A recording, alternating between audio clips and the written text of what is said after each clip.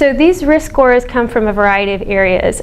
Risk models, they're normally multivariate logistic regression models, and these can be found in the medical literature going back decades. So it really depends. You'll have maybe some outcomes folks, you can have clinicians that are putting these together. It can really vary. What we're seeing a lot of now is actually antimicrobial stewards are working in concert with frontline clinicians to figure out what is it that we actually want to predict for.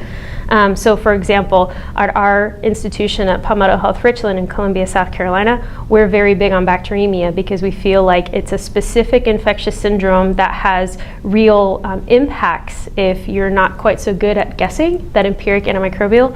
And so a lot of what I think is some of the most interesting prediction scores that are coming out now are actually coming from this combination of frontline either ICU physicians or hospitalists in concert with antimicrobial stewards. And the reason why I say that is because you can have existing risk scores that might they'll have somewhat general risk factors. So for example, a lot of risk scores would say if you're trying to predict for a resistant organism, they'll say prior antibiotics. And if I'm reading a paper like that, I'm kind of left scratching my head because that is exceedingly general, right? Is it the prior antibiotic that they got a week ago? Is it the prior antibiotic that they got 3 years ago?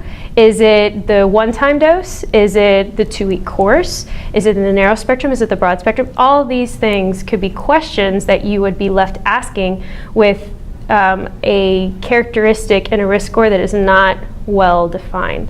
So some of the more, I think, innovative risk scores that are coming out now in the literature are doing a better job of testing some of these different characteristics.